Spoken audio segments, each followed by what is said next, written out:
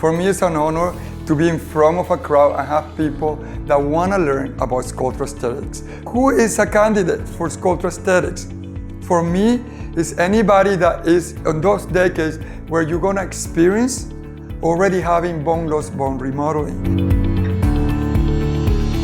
So what I do is I pull the muscle mass away from the periosteum, like I'm pulling it away, right? And I make a little nook.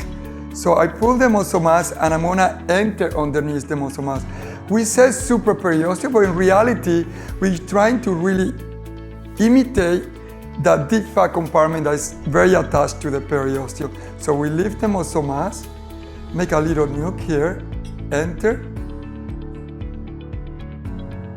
I'm gonna check to see I'm not intravascular. Inject retrograde, now I redirect, I go medial to that, lateral to that, I'm sorry.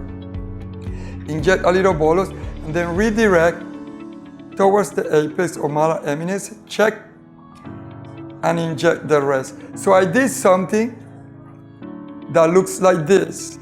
When I strain my resist, I say it looks like a W. Now, for all of you that are gonna do this, you need to know your anatomy.